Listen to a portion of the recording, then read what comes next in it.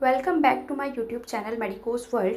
आज हम बात करने वाले हैं बीच प्रेजेंटेशन क्या होती है और इसका अर्ली डिटेक्शन करना क्यों ज़रूरी है, और अगर बीच प्रेजेंटेशन है तो कुछ योगा और एक्सरसाइजेस इसमें कैसे हेल्प कर सकती हैं। आइए जानते हैं। सबसे पहले ब्रीच प्रेजेंटेशन क्या होती है। जब बेबी डिलीवरी के टाइम हेड डाउन पोजीशन में नहीं बल्कि फीट या बटक्स पहले वॉर्म में होता है तो उसे बीच प्रेजेंटेशन कहते हैं। ये कंडीशन लगभग 3 से 4% फुल टर्म प्रेगनेंसी में देखी जा सकती है। अब इसका अर्ली डिटेक्शन क्यों ज़रूरी होता है। नंबर 1, सेफ डिलीवरी प्लान के लिए। ब्रीच पोजीशन में नॉर्मल वेजाइनल डिलीवरी रिस्की हो सकती है। टाइम पे डिटेक्ट होने पर सी सेक्शन प्लान किया जा सकता है जो कि सेव होता है। नंबर 2, ईसीवी ट्राई करने के लिए।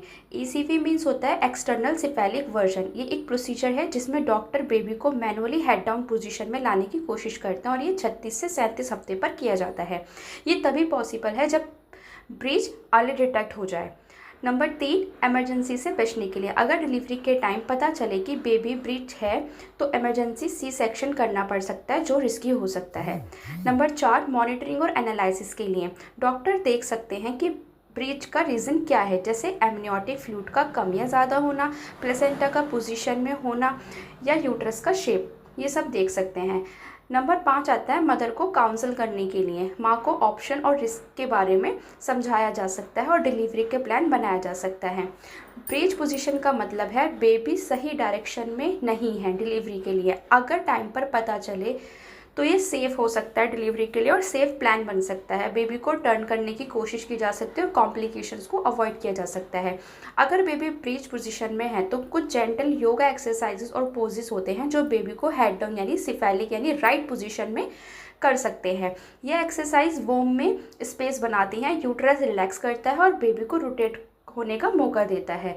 लेकिन ध्यान रहे ये सब एक्सरसाइज आप अपने डॉक्टर के परमिशन के बाद ही करना चाहिए, स्पेशली अगर प्रेगनेंसी कॉम्प्लिकेटेड है। आइए जानते हैं कुछ एक्सरसाइज के बारे में।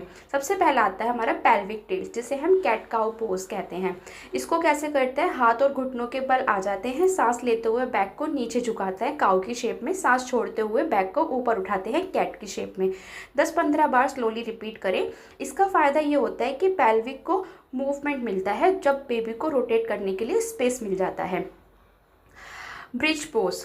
ब्रिज पोज कैसे करें, पीठ के बल लेट जाएं, घुटने आप दोनों मोड़ लें, पैर ज़मीन पर रखें, हिप्स को धीरे से ऊपर उठाएं, 5 से 10 सेकंड तक रुकिए, फिर वापस नीचे लाएं। इसका फ़ायदा क्या होता है कि पेल्विस ऊपर जाने से बेबी को मूव करने में हेल्प मिल सकती है। तीसरी आती है forward lean inversion with support. ये कैसे करते हैं, सोफ़ा या बेड के किनारे घुटनों पर आ जाएं, धीरे से हाथों के सहारे झुकते जाएं और नीचे अपने सर को नीचे ले जाएं ताकि 30 सेकंड तक होल्ड करें। इसका फ़ायदा ये होता है कि बेबी की ग्रेविटी चेंज होती है और बेबी को हेड डाउन होने का सिग्नल मिल जाता है। इम्पॉर्टेंट, किसी के सहारा या कुशन के पास करें और फॉर सेफ्टी। नेक्स्ट आता है बटरफ्लाई पोज।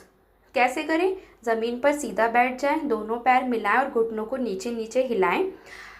फ़ायदा इससे ये होता है कि पेल्विक एरिया ओपन होता है, ब्लड फ्लो आपका इम्प्रूव होता है। चाइल्ड पोज, जिसको हम बालासना भी कहते हैं। इसको कैसे करते हैं, घुटनों पर बैठ जाएं, झुक के माथा ज़मीन पर टिकाएं, हाथ आगे फैलाएं। फ़ायदा ये होता है कि रिलैक्सेशन मिलता है, यूट्रस में स्पेस बनता है और बेबी को मौका मिलता है कि वो अपना पोजीशन, अपने हेड का पोजीशन डाउन कर ले यानी सिफेलिक पोजीशन में आ जाए, जो कि डिलीवरी के लिए सेफ होता है। आइए कुछ इंपॉर्टेंट टिप्स देखते हैं। हर पोज में डीप ब्रीदिंग करें, रोजाना 10 से 15 मिनट जेंटल योगा का टाइम निकालें। कभी भी पेन या डिस्कम्फर्ट है तो तुरंत स्टॉप करें और डॉक्टर की सलाह लें। ऐसे ही हेल्थ से जुड़े इन्फॉर्मेटिव वीडियोज़ के लिए हमारे चैनल को सब्सक्राइब करें।